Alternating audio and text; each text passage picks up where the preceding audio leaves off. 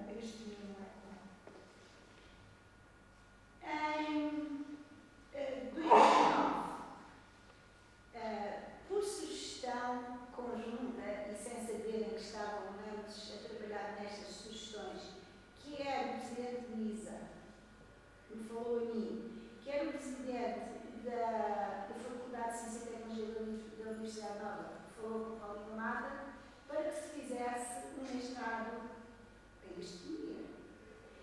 E quer uma, quer outra, também sem sabermos do que estávamos a dizer, dissemos sim, mas só com a colaboração da outra. Portanto, daí nasceu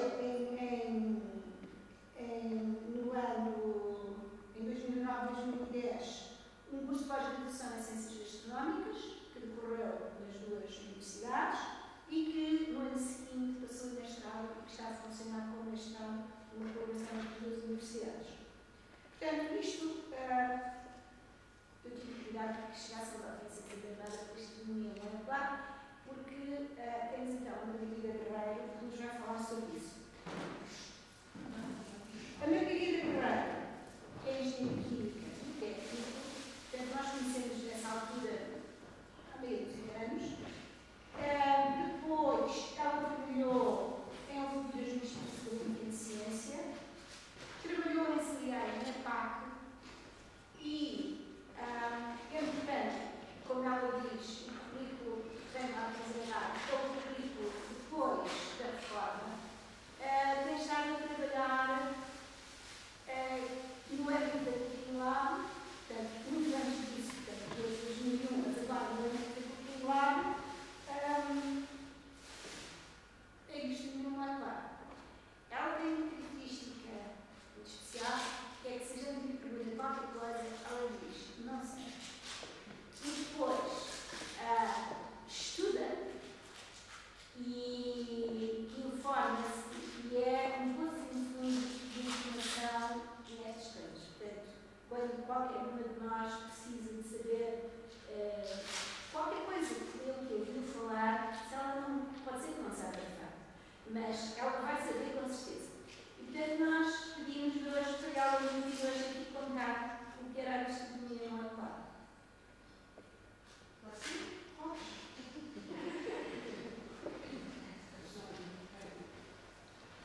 Olá, bom dia. Muito obrigada por me terem chamado para falar de uma coisa que eu gosto tanto, só que eu aviso já. Não combinei bem tudo com a Mané, portanto, algumas das coisas não são. Peço imenso desculpa. Pronto, agora o que é que eu queria? O interesse pela ciência da cozinha, o interesse pela cozinha já vem muito longe. Já lá faço aí, fiz uma série de estudos sobre composição de caldos, portanto, tempo de extração, temperatura, no sentido de otimizar as suas características nutricionais para ser fornecido a hospitais públicos.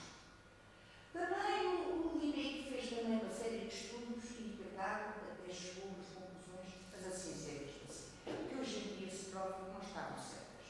Ele experimentou a maneira de cozinhar a carne e isso um modelo, se passasse primeiro, por exemplo, o bife de temperaturas elevadas, criava-se uma camada impermeável que permitia que o bife ficasse mais suculento. Não é verdade? Hoje em dia sabe-se que não, mas de qualquer maneira ele interessou-se muito por estes assuntos.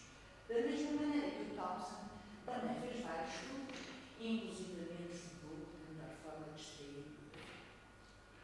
Também por volta destas alturas apareceu um sujeito que não era propriamente um cientista, mas era cientista em muito mais coisas. Era violinista, era advogado, era político, era químico e era gastrónomo. E na altura ele fez o livro que hoje está traduzido em português, é um livro espantoso, chamado Fisiologia do Gosto, e é dele estas duas frases. Diz-me o que comes, dir-te-ei quem és. E outra ainda mais interessante, a descoberta de uma nova receita traz mais felicidade ao homem do que a descoberta de uma nova estrela. Bom, houve aqui um grande salto. Em 1986 surgiu o livro. Eu digo o livro porque este livro mudou de facto a minha vida, mas não só a minha vida. Há montes de chefes de cozinha que dizem que este livro de facto foi fundamental para eles. Eu já há muito tempo me interessava um pouco do que se passava na cozinha, mas a minha ignorância era absoluta.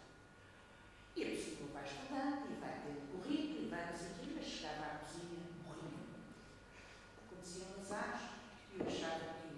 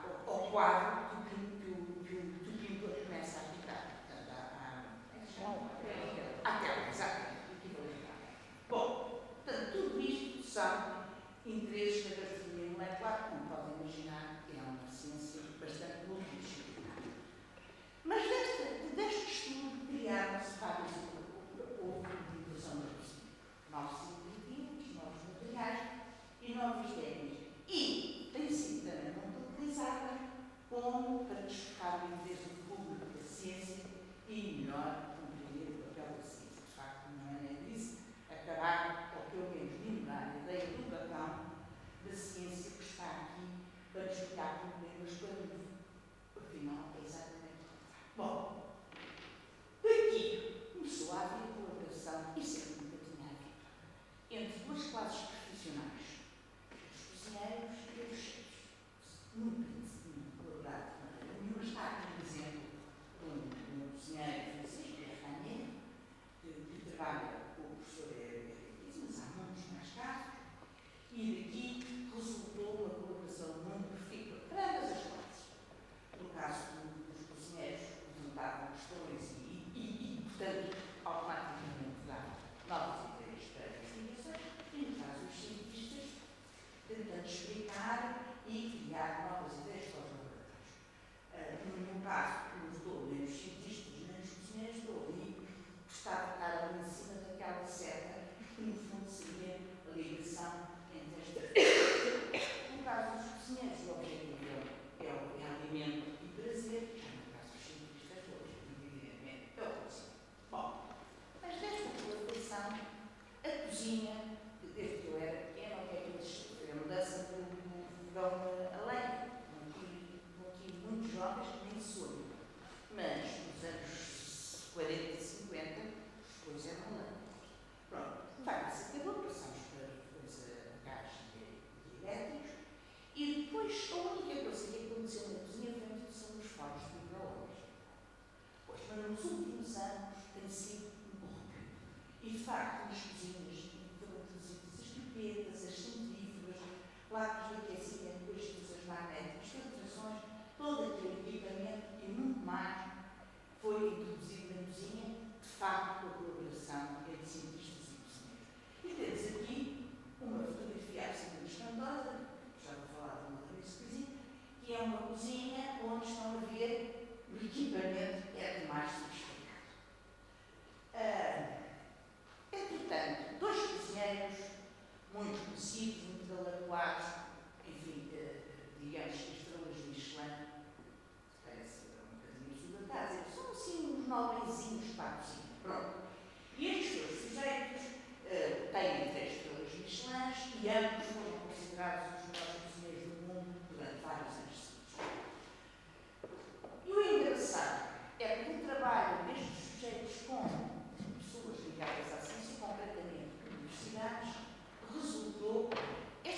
Este slide já não tem nada antigo, porque o Ferrari neste momento, doutoramentos, é mato, é vários. E da mesma maneira que o essa documental também já tem um doutoramento, não é chance. Portanto, o essa documental fez aqui há uns tempos muito interessante com o Kiko, e foi publicado pela Royal Society of Cancer, com poucos detalhes, mas também experiências da cozinha e que foi distribuído gratuitamente pelos alunos do Liceu. De facto, desta colaboração, pode-se dizer que a cozinha passou de uma cozinha a 2 centímetros, ou seja, uma cozinha que cheira bem, que sabe bem, para uma cozinha a 5 centímetros, ou seja, que estimula os 5 centímetros. E aqui temos uma fotografia de um prato de essa monumental, de Saint-Orsay, onde tudo aquilo é comestível, portanto, tem uma areia, tem uma espuma, tem umas algas, tudo isto feito na sua cozinha, tudo isto relacionado com o mar e que termina com um iPod que a pessoa põe nos ouvidos e onde ouve o som de rendimento das ondas. Ou uma coisa que eu aqui, que é uma espuma de ouriço, mas que era servida conjuntamente com umas tirazinhas de papel, como as perfumarias, mas com aroma a mar. E, portanto, a pessoa era suposto estar a cheirar e a comer aquela espuma. Muito mais livros têm surgido, desde esta altura tem sido corrompido. Vou-vos só aqui pôr uma série de montes, portanto, neste momento há um grande interesse por este assunto. Mas, no fim de 2011, tirando o livro Herói, saiu agora o livro também. Este livro é composto por 5 volumes e é feito por sujeitos. É uma coisa extraordinária.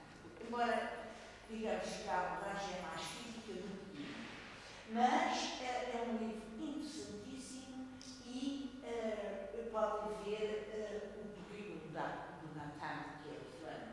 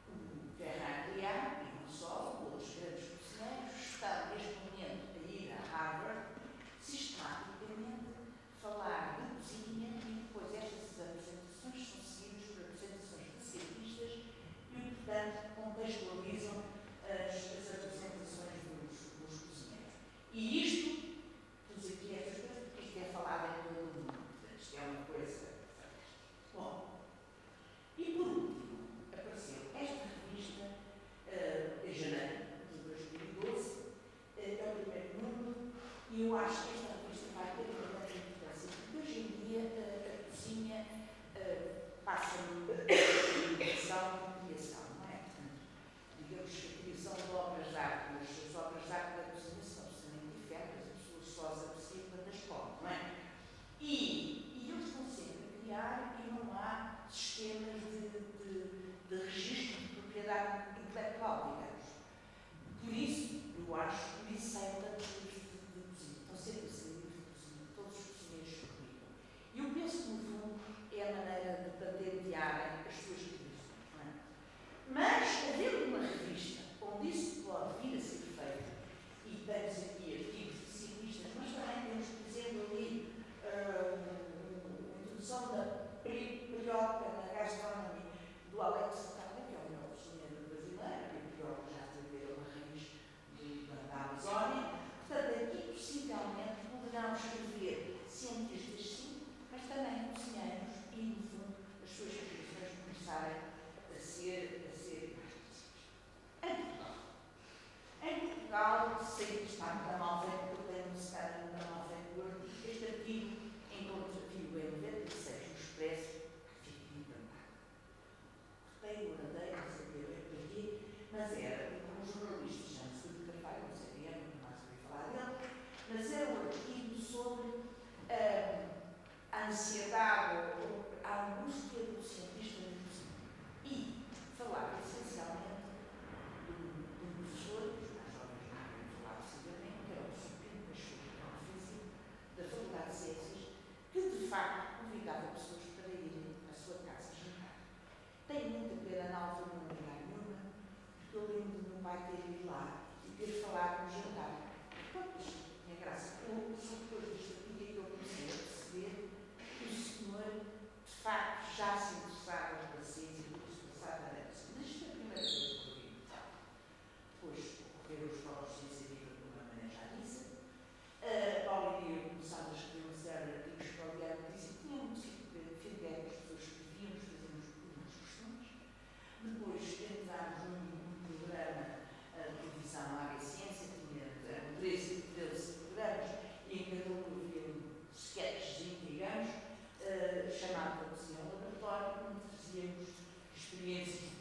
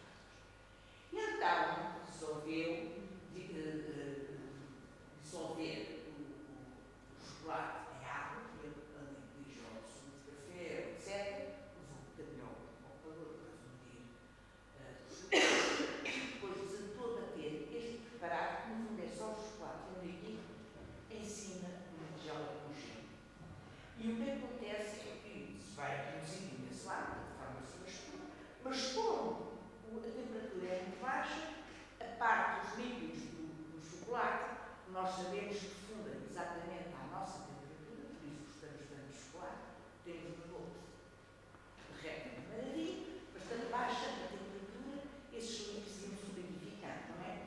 E, portanto, mantinham aquela experiência. E assim se obteve esta receita de chocolate chantilly, que é tanto melhor pela qualidade do chocolate chantilly. Mas também utiliza para foie gras, azeite. Uma outra receita, também recente, também criada pela reflexão, foi uma receita de feitos. Como sabem, o peixe é um problema da cozinha. O peixe, comparado com a carne, tem um tecido muscular muito mais delicado.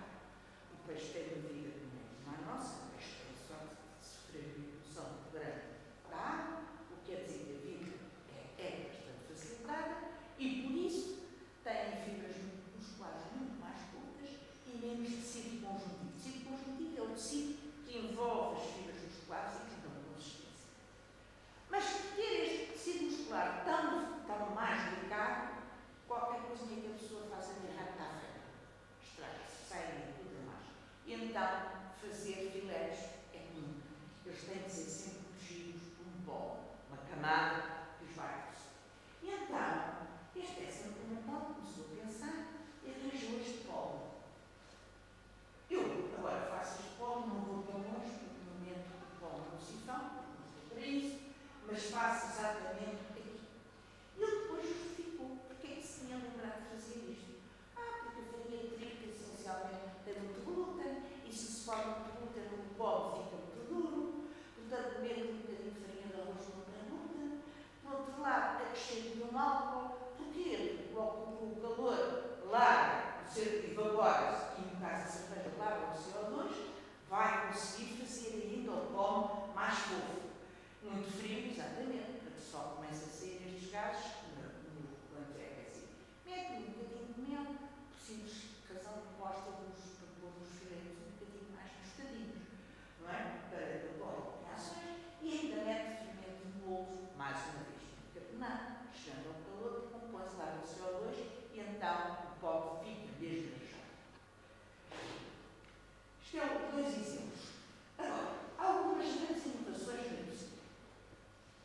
Os transglutaminases de glicina, novos espessantes, azoto líquido, food pairing, cozinha em vácuo e muito mais. E o problema é como é que se chama esta nova cozinha. Chamar nova cozinha já se chamou várias vezes, a última é sempre a mais nova, não é? Chamar uma cozinha de vanguarda, pode chamar, mas há de aparecer outras vanguardas. Chamar de cozinha molecular, para mim é fatal. É fatal porque já houve um programa na televisão em que perguntava a uma pessoa: então concorda com a cozinha molecular? E ele disse: não. Vocês já imaginam que eram escorregados feitos com moléculas? Portanto, e o entrevistador disse: tem razão. É a ver que há muito a fazer. E quando se fala em cozinha molecular, para as pessoas muito esclarecidas que imaginam coisas absolutamente estranhas. Houve um jornalista catalão que criou o nome de cozinha técnico-emocional.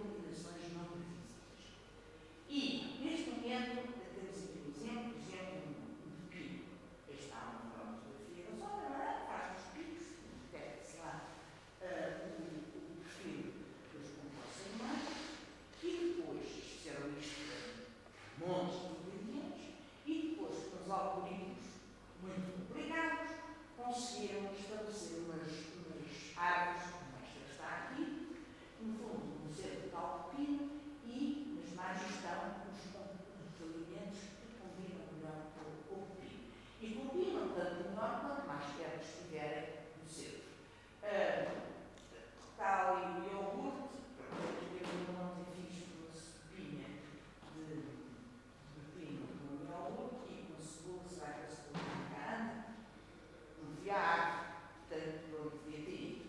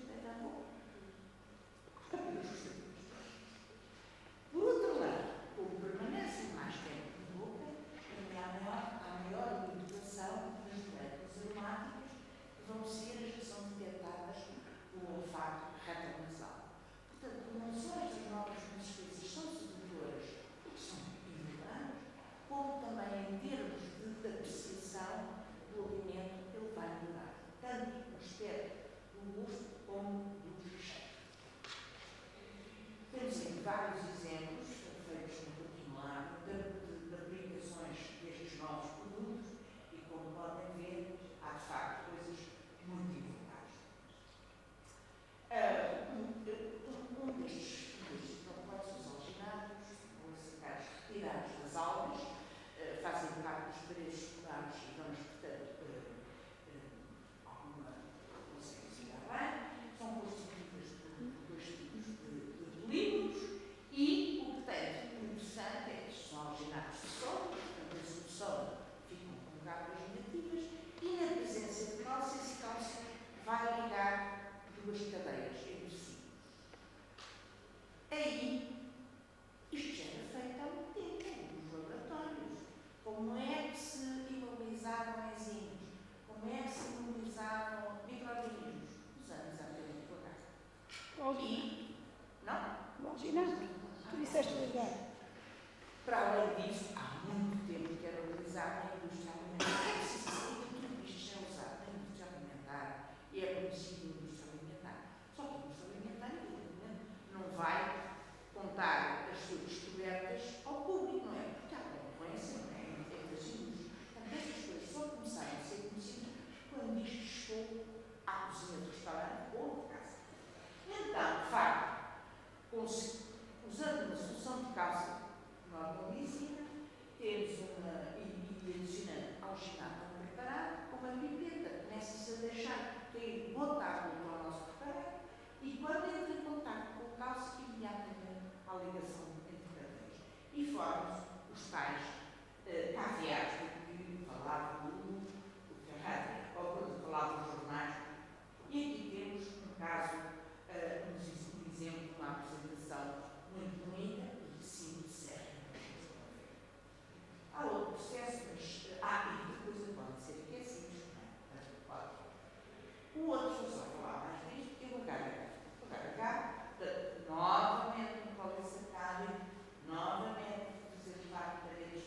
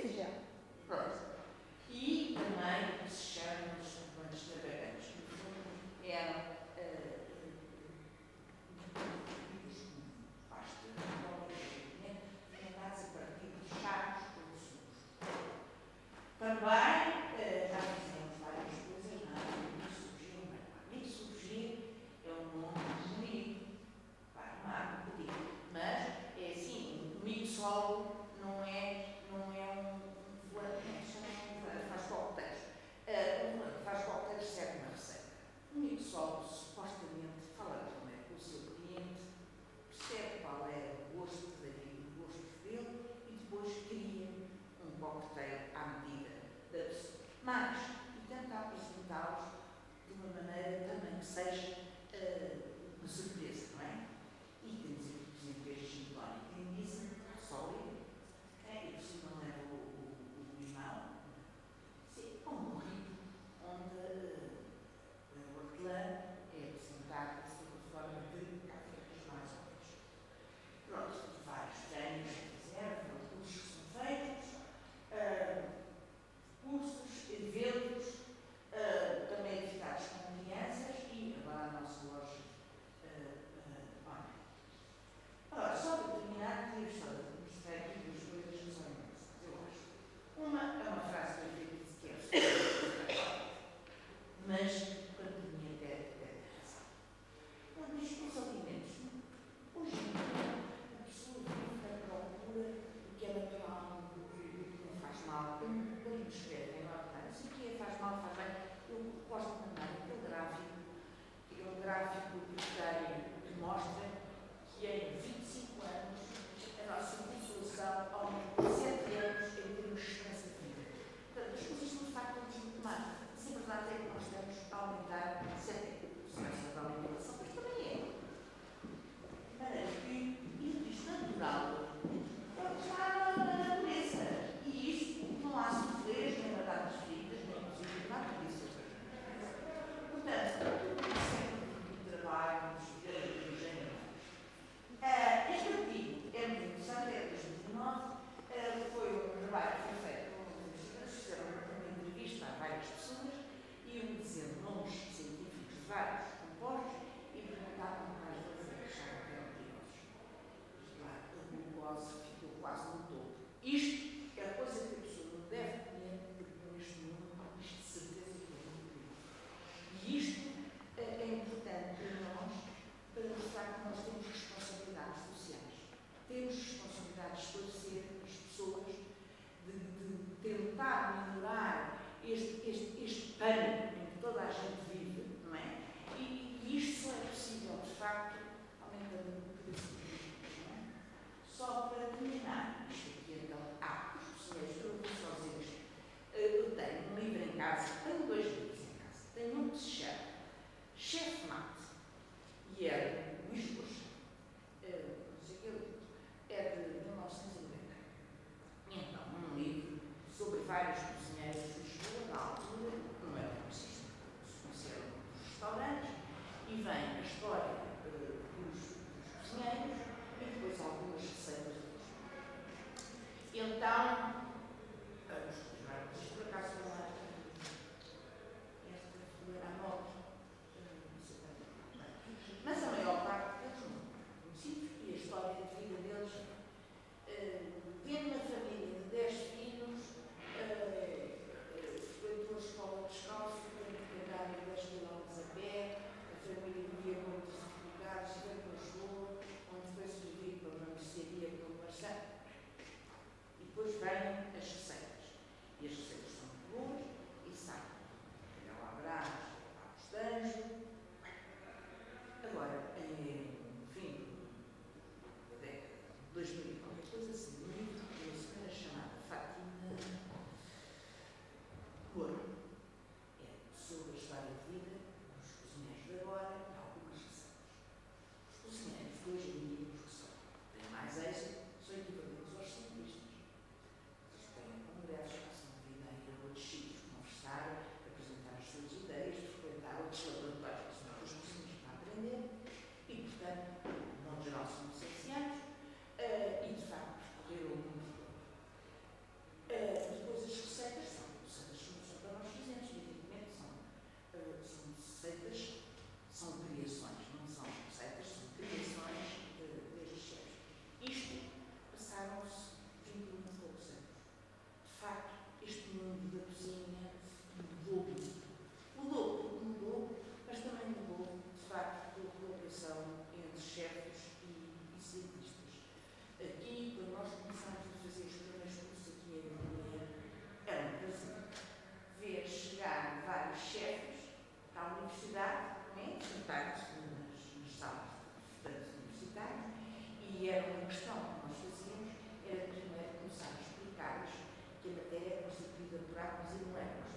Pensamos, bem, não vamos sair daqui, depois então íamos à parte, mas de facto dá-nos